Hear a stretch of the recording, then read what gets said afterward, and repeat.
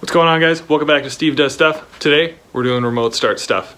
Going to be installing a remote start system on my wife's 2016 and a half CX-5. So I chose this system because it uses the factory remote. It doesn't have any other pieces. And this is exactly what comes with the kit. Pretty nice little harness, remote start box, a few zip ties, trim piece, and a jumper. It also came with instructions, but honestly the instructions leave a little bit to be desired, so let's get started. So in a lot of the videos I found online that have a similar system, they said it was really important to clock the steering wheel. So the first step is to start it up, just move that out of the way. Apparently this makes it easier to pop this whole blinker section out. So now that that's done, turn off Mazda and take off the battery negative terminal. Apparently it's really important to remove this before you start to detach some of the stuff from the body control harness or the stop-start box. Wait 5 minutes. This is not optional. The bottom side of the column looks to have 2 Phillips head screws. Start to kind of split this guy apart. This thing is definitely a very nice piece to have in the kit. For this side of the column is a real bastard to try and get it apart. So being able to just spread it a little bit, put this guy in, very nice. So this is the bottom side of the column right here. So we got these 2 screws out, but you'll see right at the very back, there's this little hook. Once you have the column separated, the 2 screws out, and the 2 halves split apart, it's important to pull out because there's a little hook there that slides right into there. If you pull down, you're just going to rip it right off. So shroud off. This is the box that we want to be getting at. See, there's 2 plugs right here in the back of them. So I'm going to be taking these 2 out, then plugging in that T-harness. Honestly, so far this is pretty simple. We're intercepting the stop-start box. This has to go up to the headlights for the auto on-off. We program it and then put the jumper in. 1, 2.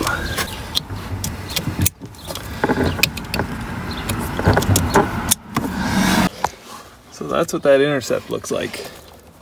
This side is vehicle side. This side is our T-harness side. Next step, which is why we clocked this thing in the first place, there's a little tab that releases this guy that we have to pop out. There we go. This whole thing pops out. So this is what the inside of that area looks like. And according to the instructions, we're gonna have to pop this cap out. We recommend cutting a small slit in the plastic cover and putting it back on. I'm no expert on slits here, but I would imagine we're gonna have to extend that down just so we can get the wiring harness in there. 2 little clips to hold this guy in. See if we can pop them off. Just like that. I'm just gonna extend that right down there. There we go.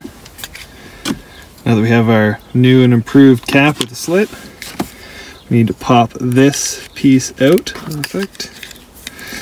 And apparently this is intercepted by our kit right here. Just like we did with the body control harness. This guy is gonna be intercepted here, run outside, and then our new Accessorides harness is gonna slip right back into here. Just like that. Now the fun part becomes gently bending all of this stuff to try and get our cap back on.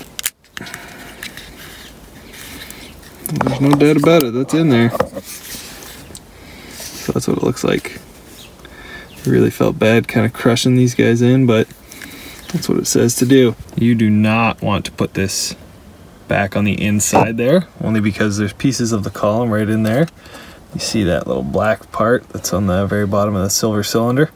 Those apparently move, so our right way to install this is these guys just hanging out outside. You can see on the harness it goes from this nice wrapped to this nice flat weave, which it's going to need to fit right in there, and it's got to be thin enough that it's not going to obstruct it. Doesn't look the best, but fits in.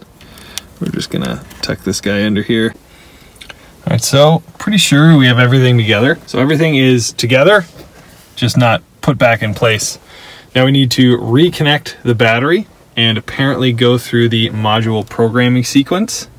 Then disconnect this module, put this jumper on, send it back to Accessorides so they can program it, and then install it, and we're done. All vehicle doors must be locked prior to starting sequence. This, just to be safe. It's going to be putting this thing in the on position. LED will be solid red. Have to wait 10 seconds until it will flash green rapidly. It is exactly 3 months later, and I finally got this module back from programming. So I wanted to kind of take you guys through some of the steps once you get it back. I've also hidden this module. It'll kind of tuck in there quite nicely, easy access in case you have to unplug it. So I've tucked it down here by the fuse panel and kind of wanted to walk you guys through the process to finalize the programming of this once you get it back. So first of all, remove the jumper harness, plug everything back in. 2 pushes to turn the ignition on. Now, according to the instructions, the LED will turn solid red to confirm that the ignition is on first, and then it will turn solid green. Once you're done with that, turn it back off. Step after that is to put your foot on the brake, start the car, foot on the brake, and then you want to press this little button, release it, and then release the brake. The second LED will flash green, and then this just lets you know that the programming is totally complete. So now that the module is hooked back up, programming is done. I've just put this guy down here in the fuse panel, so it's easy access to get back to it. Keeps it nice and clean down there. 1, 2, 3.